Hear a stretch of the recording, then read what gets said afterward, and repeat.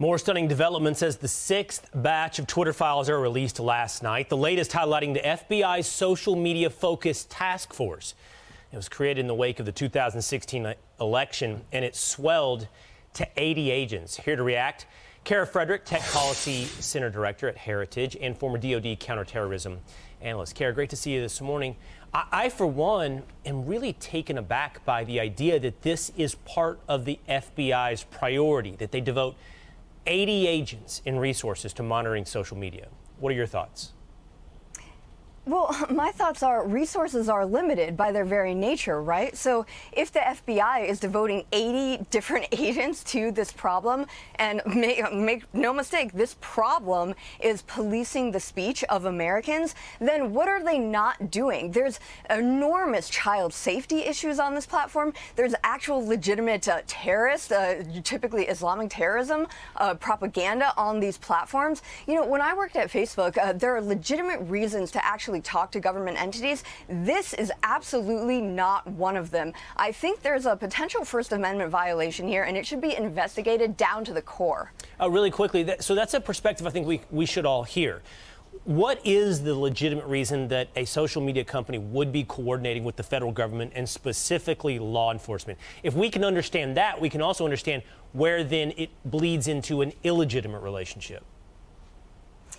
Yeah, so a lot of these companies, they started with an apparatus that looked at child safety. You want to get child sexual exploitation materials off of these platforms. So the FBI might be very interested in people who are propagating this nonsense and this grossness on the platform. And yeah, the tech companies can talk to the FBI and say, hey, this guy is doing this, and maybe round them up, those kinds of things. But election misinformation, disinformation, we all know that those are catch-all phrases for what the left doesn't like. And putting all of these FBI agents on this whole idea, which again is a vestige of the 2016 election, because these companies were very upset that Trump got elected, and they thought that they maybe played a part in it because of what the media was pushing. So there's, in my mind, no excuse to make the leap from legitimate reasons to integrate with the government, and then now this is beyond the pale. This is a smoking gun. You don't need any more than this. This is very, very pernicious. And really quickly, Kara, you said we don't go from, child exploitation and that kind of thing to this. I have a feeling, and I'm just curious if you do as well, that this is going to grow.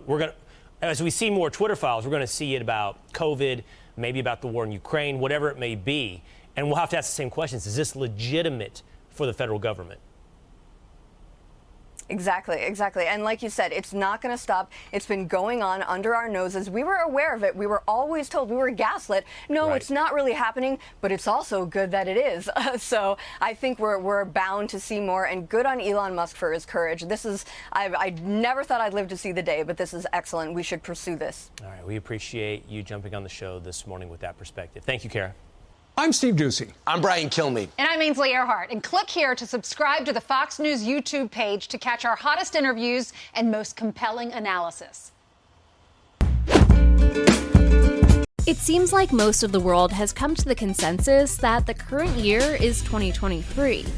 This calendar, which is pretty much globally accepted, has somehow beat out most of the other ways humans have tracked time over roughly 200,000 years. That's because if we wanted to allow for commerce, trade, and simple communication across cultures to develop, we sorta needed to be living in the same year. In the early Middle Ages, Dionysius Exiguus, a monk living in Rome, and other Christian monks started counting years from the birth of Jesus Christ. BC was translated to before Christ, and AD to Anno Domini, or the year of our Lord. Today, many have replaced BC with BCE, meaning before Common Era, and AD with CE, or Common Era. But the truth is, at no point in world history has there ever been a single uniform dating system that's unanimously agreed to be shared by everyone. The Roman Empire kept track by naming the consuls of each year, and the Mayans counted from the creation of the world by Mayan gods. And there's still even some modern-day calendars that march to their own drum. The Hebrew calendar calculates dates in terms of the creation of the world according to the Pentateuch. And the Muslim calendar centers history about the Hijra, or migration of Muhammad and his followers to Medina. But no matter what year you're living in, one thing is for certain: humans are way past their 2023rd birthday.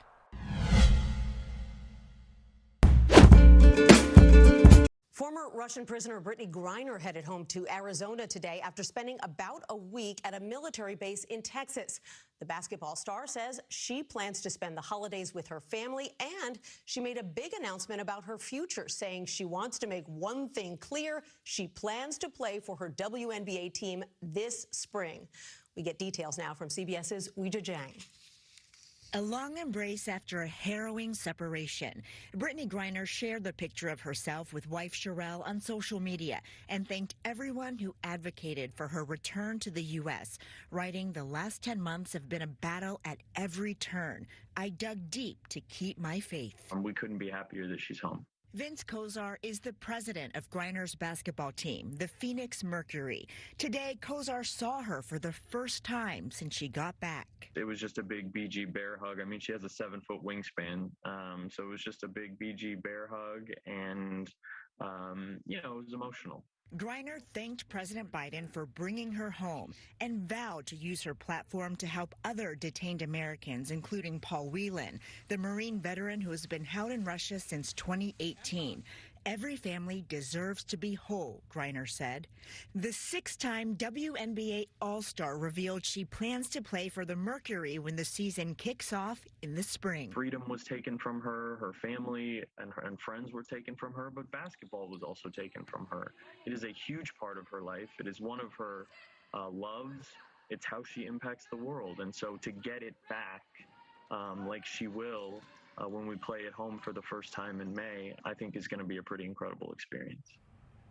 Kozar said that when he spent time with Griner today in Phoenix, she was in remarkable spirits. He acknowledged that she would have a long road ahead to get back on the court after nearly a year off, but said he was confident she would make it. Nancy?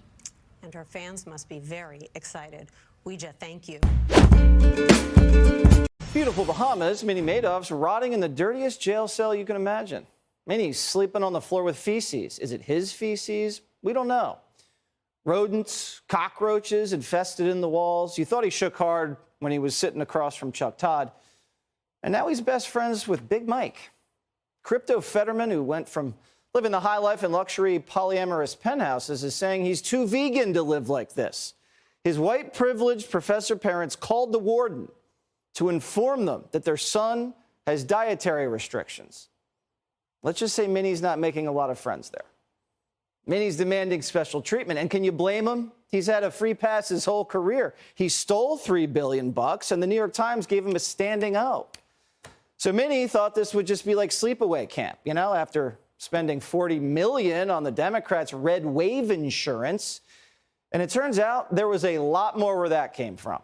Minnie's executives pumped another $30 million into the midterms, totaling $70 million into the Democrats' war chest.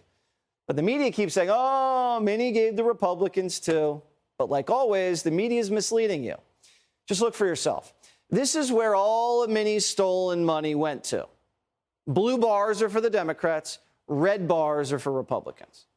Now, I don't know about you, but this looks like a blue wave to me. Democrats are now trying to whitewash their names from the story. Now they're saying, you know what? We gave Minnie's money to charities. Which charities? The Clinton Foundation? The ones your friends run? Left-wing charities? One Democrat congresswoman gave Minnie's dirty money to another Democrat in Congress. I mean, what else? Are you going to give it to the Paulie P. Foundation? Talk about money laundering. How about giving the money back to the people who saw their life savings get wiped out? I mean, or how about me? I took a bet with Geraldo on the 5 that there'd be a red wave in the Senate, and because of Minnie's money, I had to cut Geraldo a check for it. Geraldo, I bet you about the red wave in the Senate. I said the Republicans were going to win the Senate. I lost. The red piddle.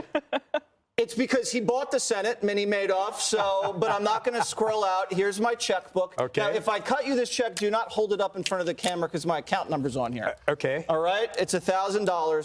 And he actually did hold up the check. So, there you go, Geraldo. I have to buy a lot of presents for Jesse Jr., and I want that money back. Hey, Sean Hannity here. Hey, click here to subscribe to Fox News YouTube page and catch our hottest interviews and most compelling analysis. You will not get it anywhere else. We begin this morning with a significant development from the January 6th House Committee investigating the Capitol riots. As first reported by Politico, the committee will recommend unprecedented criminal charges against former President Donald Trump on Monday. It will refer at least 3 charges to the Department of Justice against the former president, along with detailed justifications for them. Christina Ruffini is in our Washington bureau with the very latest. Christina, good morning. Good morning, Dana. Well, after 10 hearings, the committee is making its final recommendations, which could also include referrals to charge other former members of Trump's inner circle, like former Chief of Staff Mark Meadows and confidant Rudy Giuliani. That the central cause of January 6th was one man, Donald Trump. After interviewing more than 1,000 witnesses about the events leading up to the riot at the Capitol, the January 6 committee will reportedly vote in favor of recommending the Justice Department bring charges against former President Trump. We're going to walk down to the Capitol. I'm not going to jump ahead of the committee, but I will say that I think members have become convinced that there's value in it. Committee member Representative Zoe Lofgren says the group will also make public the majority of its findings. 98% or better of what the committee records have been compiled, we intend to publish, yeah. The potential charges against Trump include insurrection, obstruction of an official proceeding, and conspiracy to defraud the U.S. government. I think that they conducted the business with the seriousness it deserves, the fact that it's about our national security.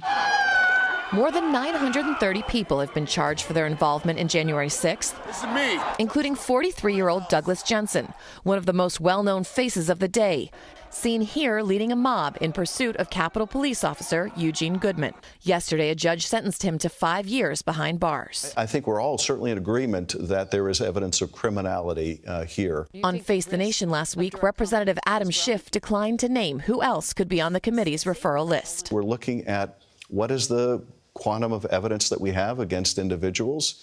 What is the impact of making a referral? Also on deck, the House Ways and Means Committee has been reviewing Trump's tax records. It could release those returns or parts of them also early next week. Michelle? Christina, thank you.